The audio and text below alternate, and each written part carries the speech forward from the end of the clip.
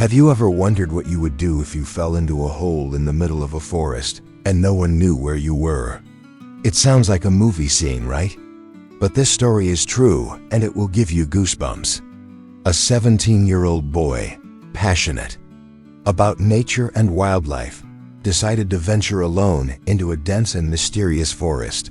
So far, so good. The problem? He disappeared, with no cell phone signal, no food, no water, no one around.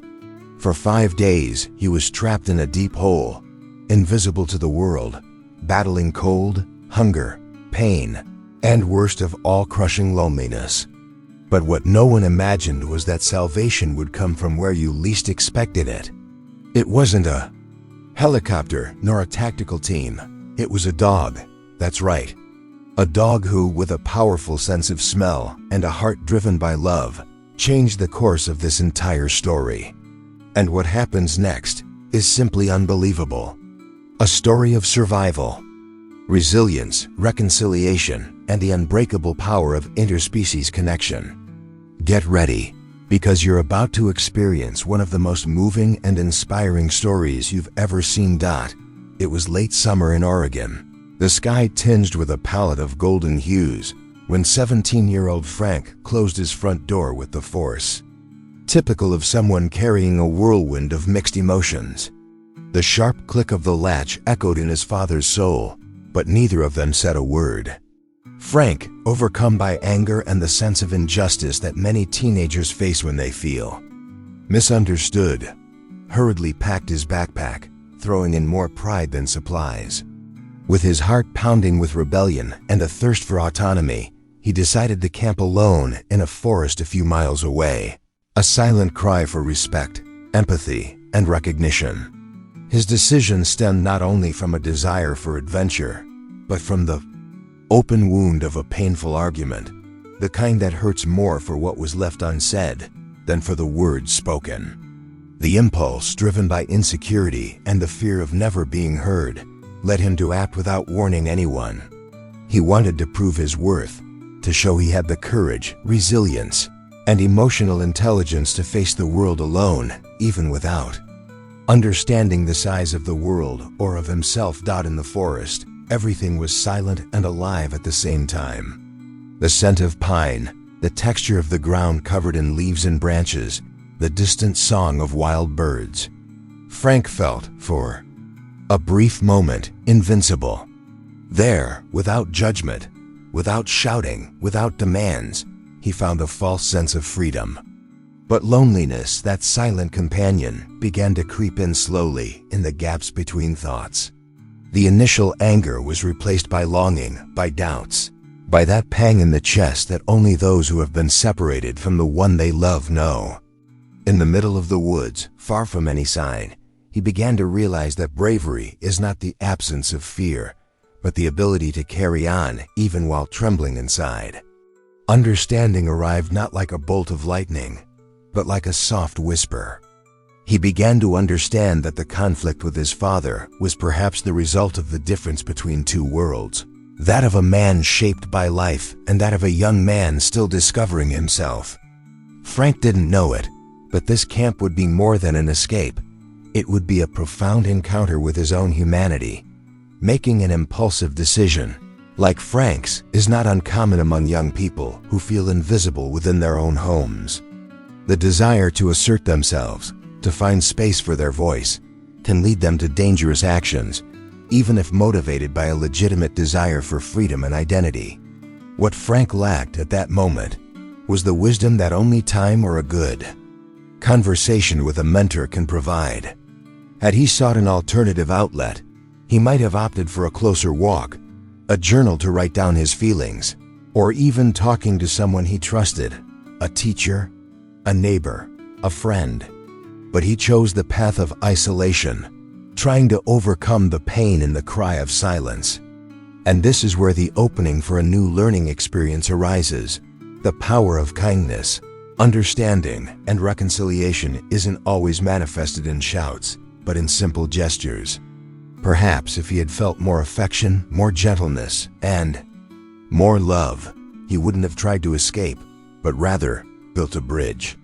What he didn't know was that this forest, with its winding paths, held something far beyond a simple adventure.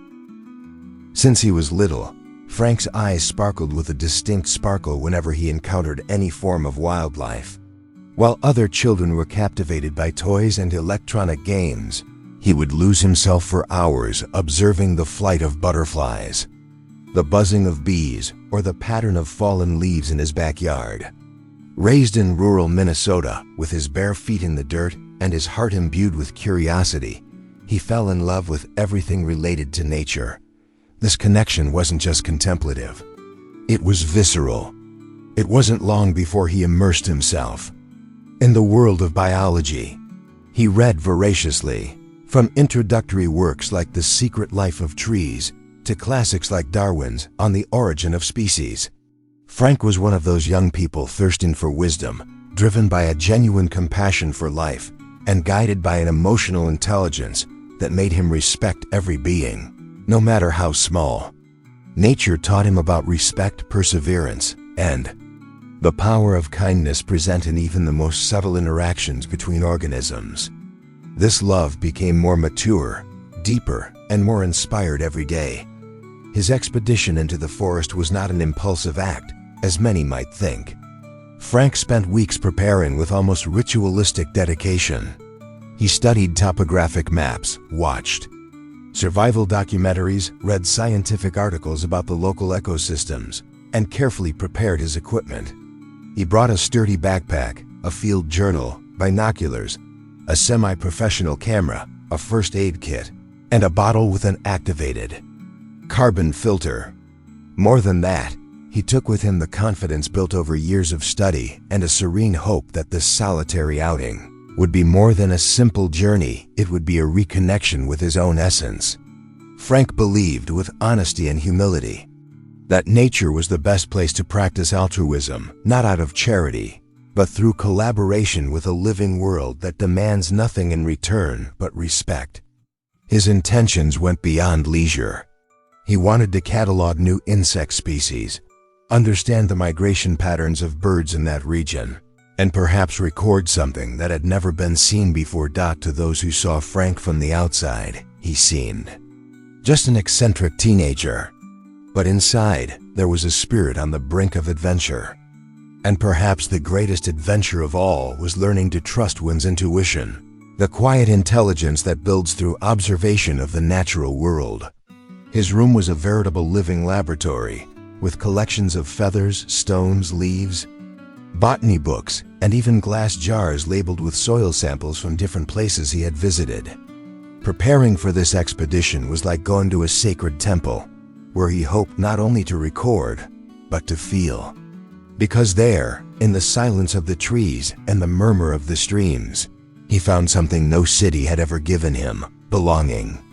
The forest didn't judge him, didn't rush him, didn't demand goals or numbers. It simply existed, inviting him to be part of the whole. This was Frank's greatest inspiration: to dissolve into the natural world to find himself. And as he packed his backpack for his journey, a faint smile on his lips and his eyes shining as brightly as in childhood, he had no idea that the coming days would test everything he thought he knew about life, fear, and overcoming. The morning sun filtered through the treetops like liquid gold, gently flowing between the ancient branches of the Cascadia forest. Frank's every step was accompanied by a natural symphony: the crackling of dry leaves beneath his boots, the sharp chirp of crickets among the bushes, the rustling of birds flying overhead in scattered flocks. The air was humid and charged with lively scents: wet wood, fertile earth, wildflowers, and that faint touch of moss that only the forest can deliver. It was like entering another world, where time bends and reality reveals itself with more empathy, more sincerity, more humanity. With every meter he walked, Frank felt freedom throb in his chest like an ancient drum. There were no walls, no obligations, no judgments. There was only him, the universe, and the confidence that he was exactly where he was supposed to be. He breathed deeply, as if savoring life with gratitude. It was as if all urban concerns had been pushed aside by the trail, overcome by a more instinctive intelligence, that of connection with the earth. Frank observed everything with the eyes of a biologist and the heart of a child. Every plant, every insect, every pattern on the bark of a tree became a thrilling discovery. As he delved deeper into the forest, the scenery became denser, more enigmatic, as if the forest were subtly testing his courage. The green took on new hues, and the silence was broken sometimes by the snap of a twig, sometimes by the distant howl of some nocturnal animal, awakened too early. At certain moments, the young man would instinctively stop, close his eyes, and simply listen. This attitude, which many don't understand, was a pure exercise in emotional intelligence. There, he found wisdom and humility. Knowing how to listen to the forest is like hearing the voice of something greater, something that carries millennia of life in its roots. The forest was the temple, and Frank was the visitor who entered barefoot, with respect and reverence. He felt small, but not insignificant. He felt like he belonged. And this feeling, paradoxically, was the greatest thing he had ever experienced. There was something magical about the atmosphere of that place. Frank even thought jokingly that perhaps he was in one of those secret worlds described in Tolkien's books, where trees whisper stories and animals are guardians of an ancient secret. But there, amid the shadow of the giant cedars and the discreet glow of the lichens, he needed no fantasy. The reality was already rich enough to stir. The branches intertwined like collaborative arms, forming natural tunnels, and the sunbeams seemed like divine projectors pointing the way. In this setting, he felt lighthearted, his body relaxed, his mind sharp. He knew he was facing something few see. True innovation in life happens in the simple, the natural, and the authentic pulse. And this was precisely the driving force behind his hope, the fuel for his initiative. He wasn't seeking control. He was seeking understanding. And he didn't know it yet, but the forest, in all its beauty, was about to show him that the most profound adventure is the one that begins when everything goes wrong. Amidst the zigzagging of the trail and the carpet of leaves gently scattered by the wind across the forest floor, Frank's gaze was caught by a subtle movement high up in a colossal tree. His eyes, trained by careful observation, soon made out a nest perfectly woven on a thick branch, exposed to the sky but strategically hidden by dense foliage. There, nestled like tiny living jewels, 3 newborn chicks trembled to the sound of their mother's song. The spectacle was touchingly delicate. Frank, overcome by profound emotion, felt a mixture of tenderness, gratitude, and humility in his chest before this portrait of life in its purest form. It was more than a beautiful scene. It was a silent lesson on the value of protection, empathy, and building together, and also about the courage that nature teaches daily, even in the smallest gestures, like the bird that risks everything to keep its young warm, even when vulnerable. There, in that moment, Frank understood what it means to live wisely, to realize that the greatest lessons are in the details. With gentle movements, as if unwilling to break the spell of the moment, he approached the base of the tree and carefully removed the camera from his backpack. The lens was adjusted precisely, his fingers gliding through the settings as if dancing. He knew he would only have one chance. The sun shone with a soft glow between the leaves, creating perfect light to capture the image without disturbing the surroundings. As he focused, his heart beat faster. It was as if he were about to immortalize a forest secret. As he clicked, he heard not only the mechanical sound of the shutter, but the echo of what that gesture meant: to record beauty with respect. Not to invade, not to modify, only to honor. Photography, for Frank, was a form of collaboration with the world. An act of love and understanding. And when he saw the photo appear on the screen, his eyes welled up. Not out of vanity, but out of the certainty that he had touched something greater than himself, something that united nature, intelligence, kindness, and the hope for a better world. Driven by this experience, Frank decided to climb part of the tree to get an even more revealing angle.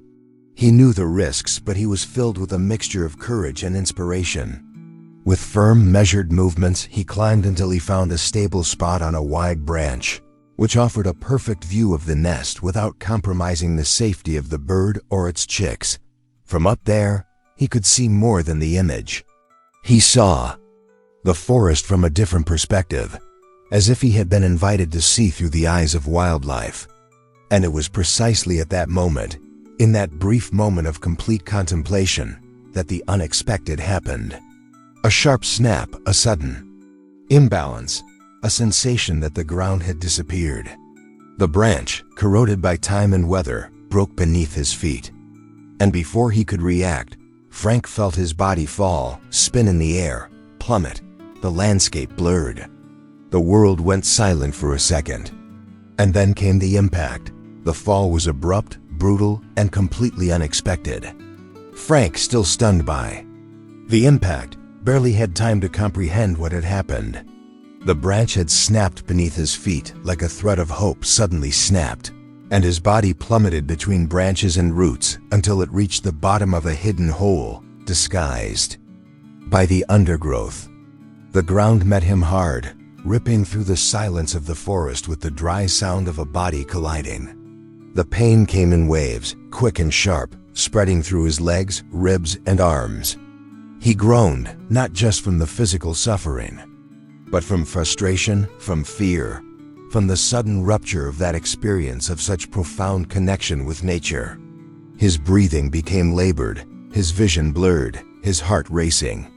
He tried to move and felt a sharp stab in his left leg. It wasn't just a sprain. The gravity of the situation was brutally imposing. Alone, hurt, lost, he found himself reduced to something fragile. For the first time in a long time, he felt the genuine fear of absolute solitude. The hole Frank fell into was deep, dark and damp, surrounded by jagged earthen walls and exposed roots.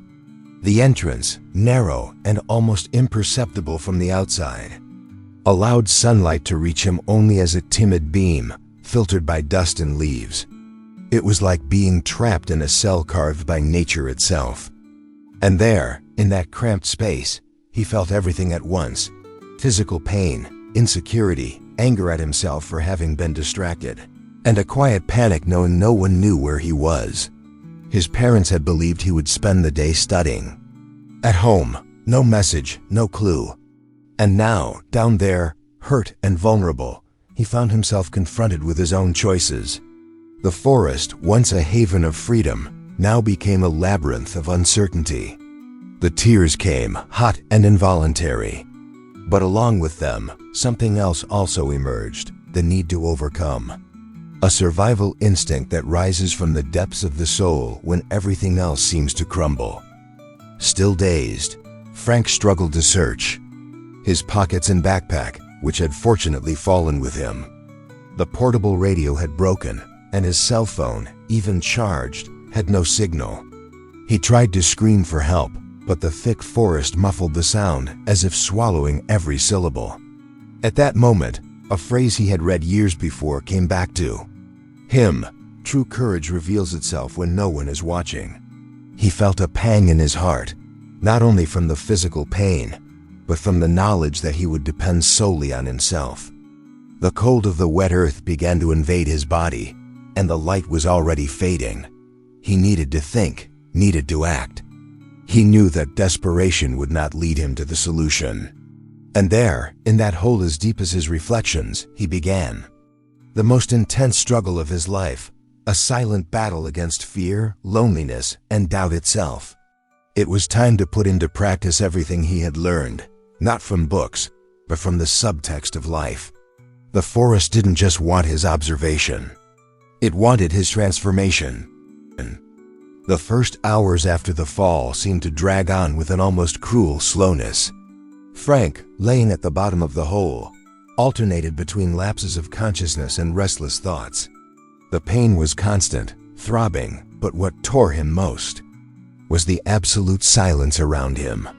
The kind of silence that doesn't soothe, but oppresses.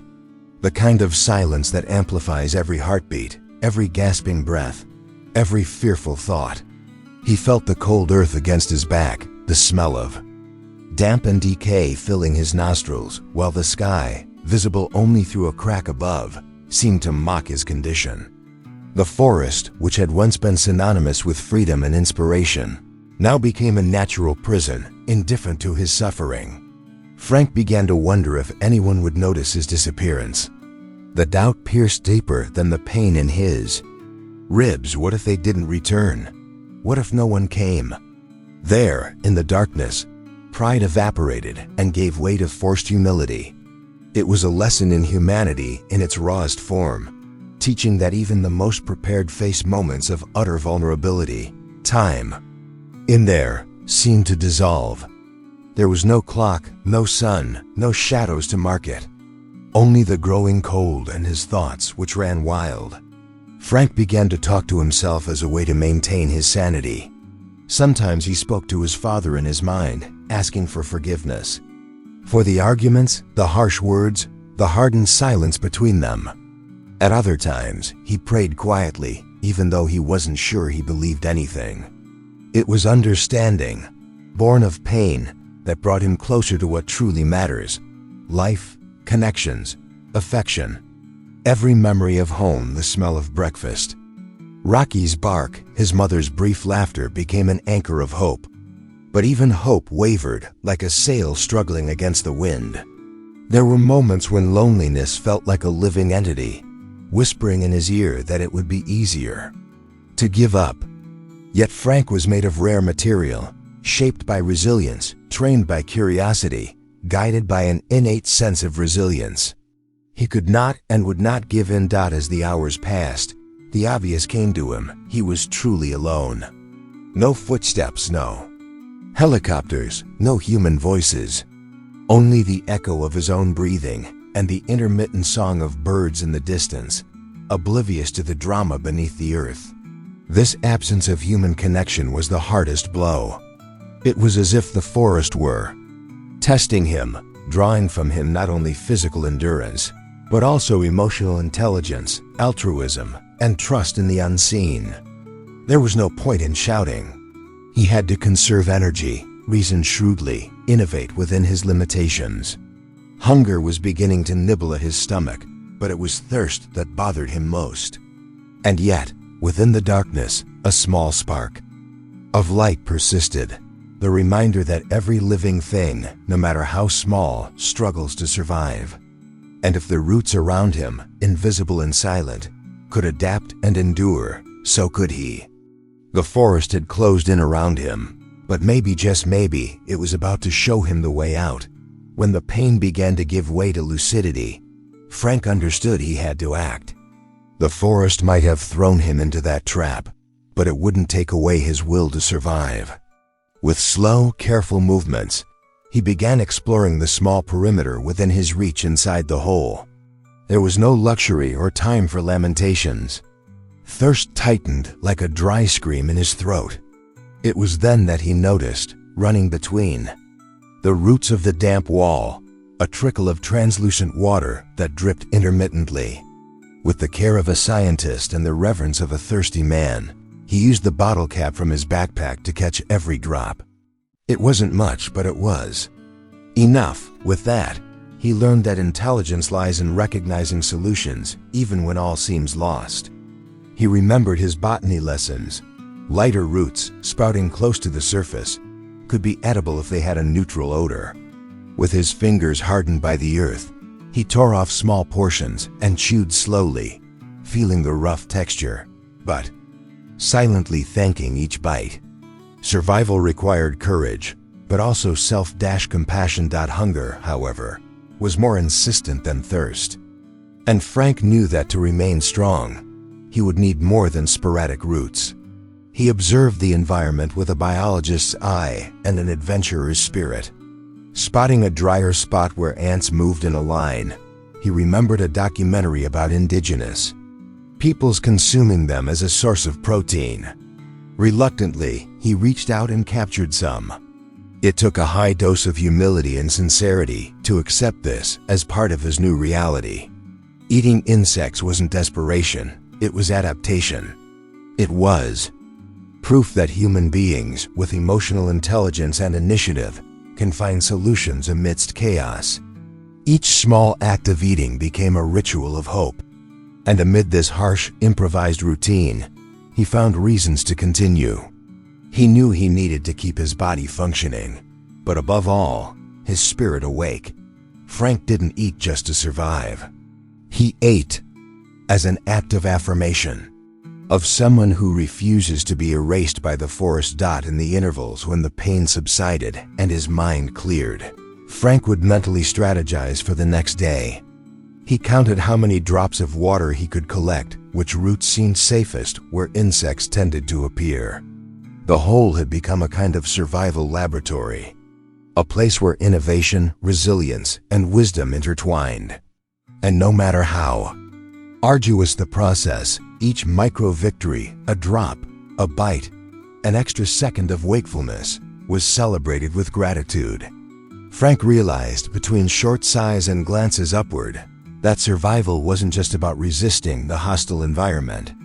It was also about reconciling with his own history, with his mistakes and choices, with the father he now so desperately longed to see.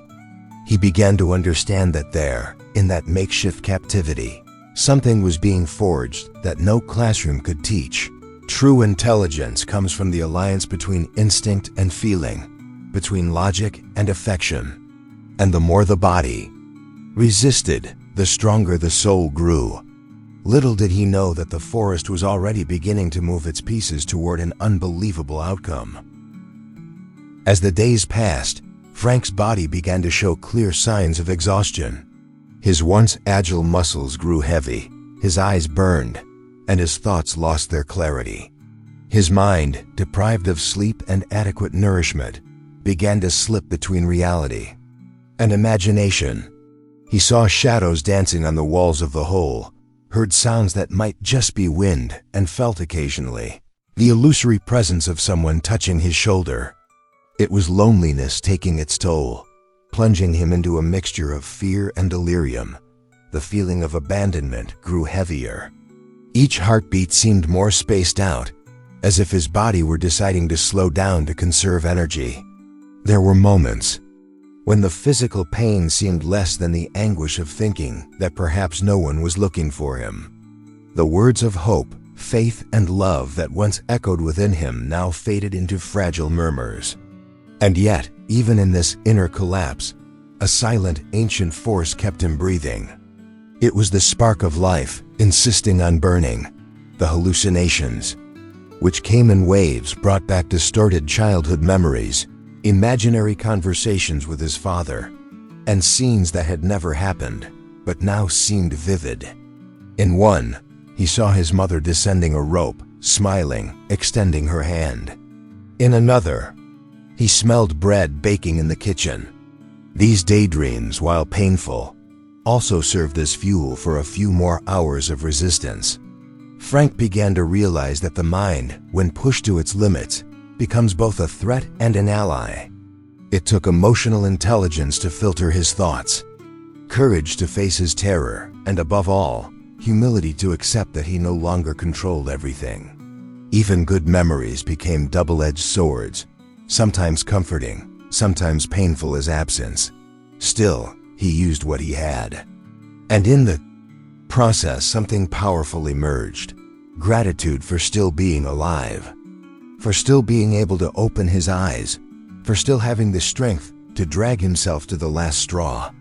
Even without guarantees, Frank fought with a sacred stubbornness. On the fourth day, night descended like a heavy veil. The cold intensified. And with no more roots to chew or energy to stay alert, Frank curled up. His thoughts turned gray, and a kind of surrender began to creep over him. He thought it might be easier to simply sleep, close his eyes, and let the forest decide. But right on that threshold between abandonment and surrender, a faint noise reached him, faint, distant, but real, a bark. First one, then another. Frank didn't know if it was another hallucination, but he felt his heart pound. He tried to lift his head, but his body felt as heavy as lead. Still, with a remnant of strength and perseverance, he murmured something, a whisper of voice.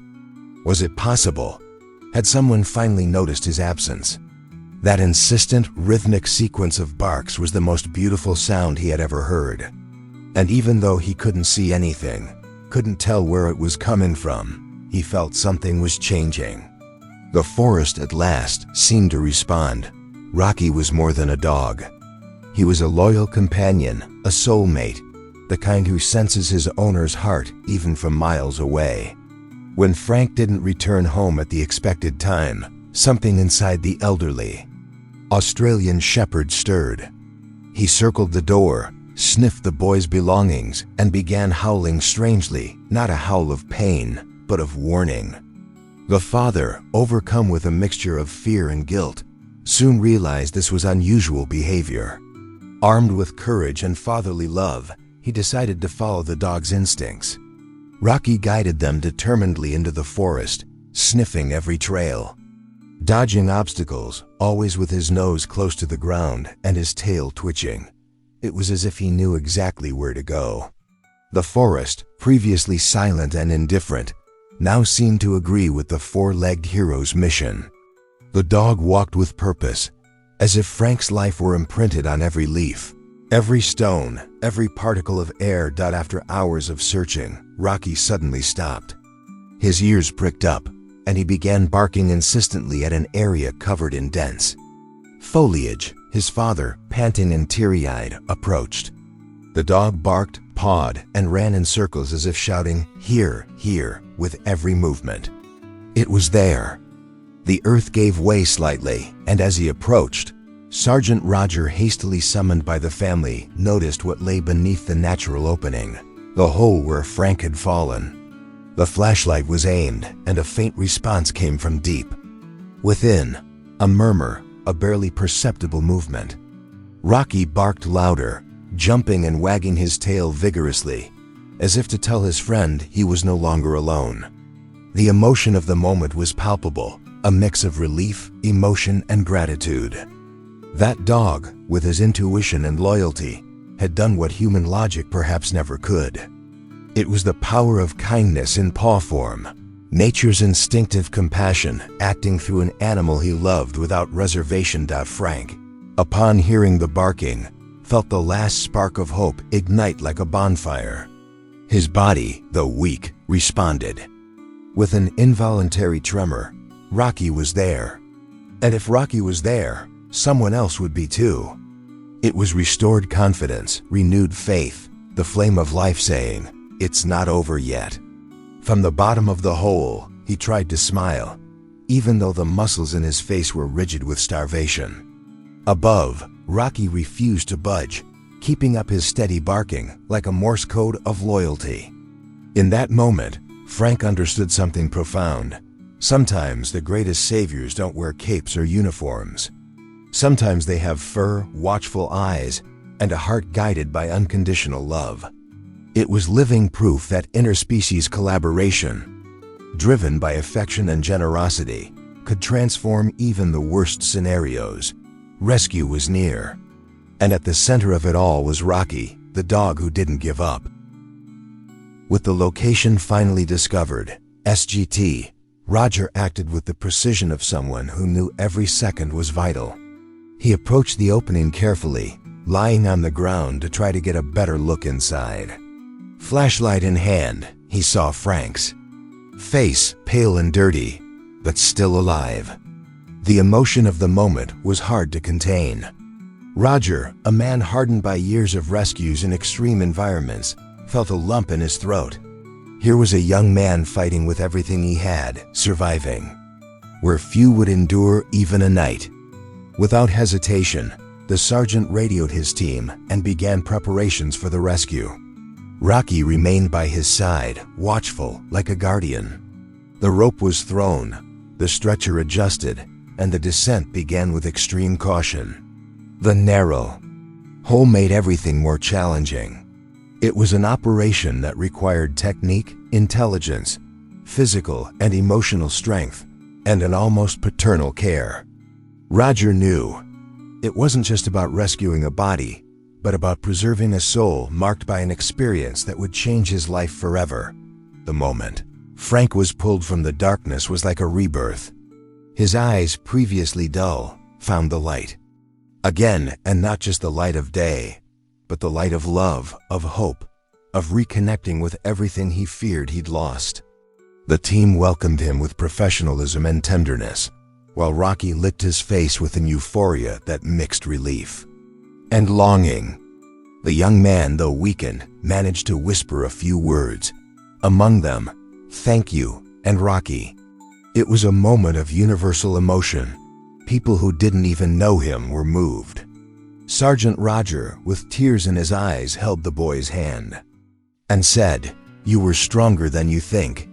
The phrase stuck with Frank like a mantra.